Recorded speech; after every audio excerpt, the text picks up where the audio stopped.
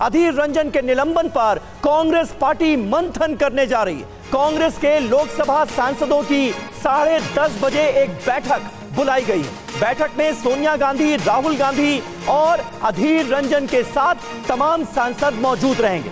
सदन में आज स्थगन प्रस्ताव भी पेश करने जा रही है कांग्रेस। केंद्रीय मंत्री जितेंद्र सिंह ने कहा है कि नियमों के तहत ही यह कार्रवाई की गई है।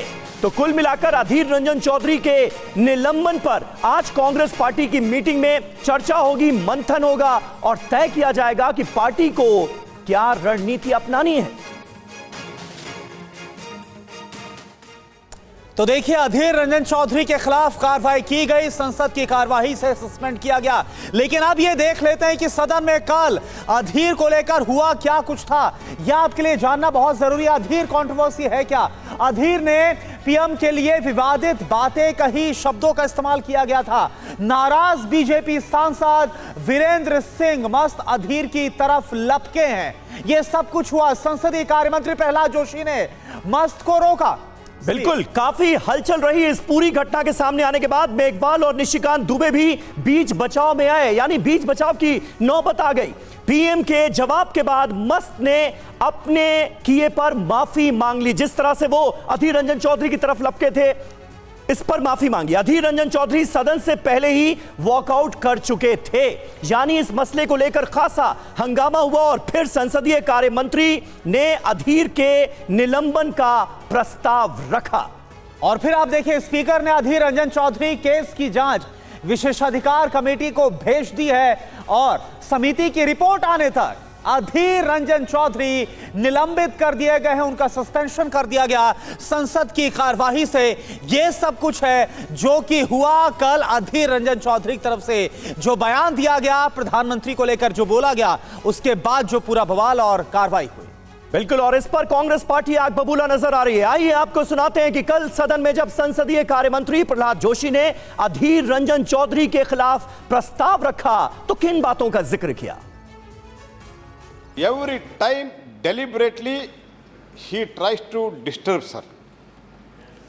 A habitual हो गया sir. It has become a habitual and it is most unfortunate.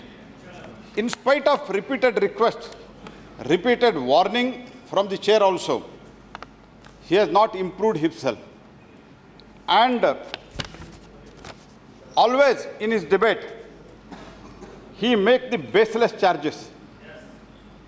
And देश का और देश के सरकार के भी छवि को कम करने का कोशिश करता है और उसके लिए कोई भी आधार नहीं रहता, तथ्य नहीं रहता सर। तो इसके बावजूद भी क्षमा प्रार्थना नहीं करते। उसी टाइम हमने डिमांड किया, आपने क्षमा प्रार्थना करो। कल जब गृह मंत्री जी बोल रहे थे तब भी ऐसा व्यवहार किया। तो मैं एक रेजोल्यूशन मूव करता चाहता हूं आपकी अनुमति से, that the matter of the misconduct of Shri Adhir Ranjan Chaudhary be referred to Committee of Privileges of the House for the further investigation and report to the House, and Shri Adhir Ranjan Chaudhary be suspended from the service of the House. प्रश्न है कि माननीय मंत्री द्वारा प्रस्तुत प्रस्ताव को स्वीकृत किया जाए।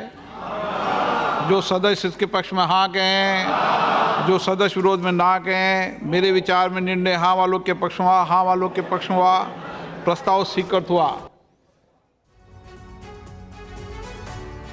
तो देखिए, पूरी सदन की कार्यवाही का वो अंश हमने आपको दिखाया कि किस तरह से ये प्रस्ताव रखा गया निलंबन का और पूरे मामले को प्रिविलेज कमेटी में भेजने का। उसके बाद इसको अप्रूवल मिल गया। कुमार विक्रांत हमारे साथ इस वक्त मौजूद हैं और साथ ही साथ स्टूडियो में हमारे साथ दो खास मेहमान भी जुड़ रहे हैं। समीर चौगांवकर साहब राजनीतिक विश्लेषक हैं, वो हमारे साथ मौजूद हैं, और शंभुनाथ शुक्ला जी वरिष्ठ पत्रकार हैं, वो हमारे साथ जुड़ रहे हैं। लेकिन कुमार, अब इस मामले पर होता हुआ क्या नजर आ रहा है, क्योंकि एक सांसदों की मीटिंग भी कॉल की गई है सोनिया गांधी की तरफ से। कांग्रेस पार्टी, कहा जा रहा है, अधीर रंजन चौधरी के निलंबन को जोर शोर से उठाएगी इस मुद्दे को। इस पर क्या होता हुआ देख रहे हैं, क्या स्ट्रेटेजी है पार्टी की?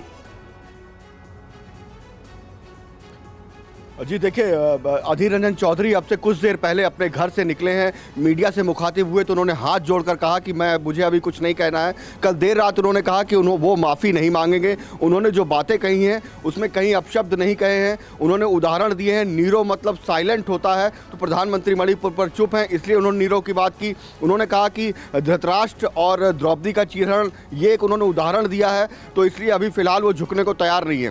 संसद का आज आखिरी दिन है और इसके बाद संसद को सरेंडाई कर दिया जाएगा, तो एक दिन की बात है। लेकिन निश्चित तौर पर जिस तरीके से मल्लिकार्जुन खड़गे ने कहा कि ये लोकतंत्र का काला दिन है, सोनिया गांधी ने बैठक बुलाई है कांग्रेस सांसदों की, इसके अलावा जो इंडिया का गठबंधन है उसकी बैठक 10 बजे मल्लिकार्जुन खड़गे ने बुलाई है और उस बैठक में हिस्सा लेने के लिए अधीर रंजन चौधरी यहाँ से निकले हैं। अधीर रंजन चौधरी दोनों बैठकों में हिस्सा लेंगे, तो ये माना जा रहा है कि कांग्रेस ही नहीं, पूरा इंडिया गठबंधन हंगामा करेगा इस पूरे मामले पर, सरकार पर दबाव डालने की कोशिश करेगा। लेकिन अगला कदम क्या होगा ये सरकार को तय करना है। लेकिन 2024 के पहले आप कह सकते हैं अविश्वास प्रस्ताव के बाद एनडीए और इंडिया के बीच में रसाकशी तेज हो गई है। यानी कि ना सिर्फ कांग्रेस बल्कि इंडिया अलायंस की पूरी स्ट्रेटेजी साफ तौर पर नजर आती है इस मुद्दे पर सरकार को घेरने की।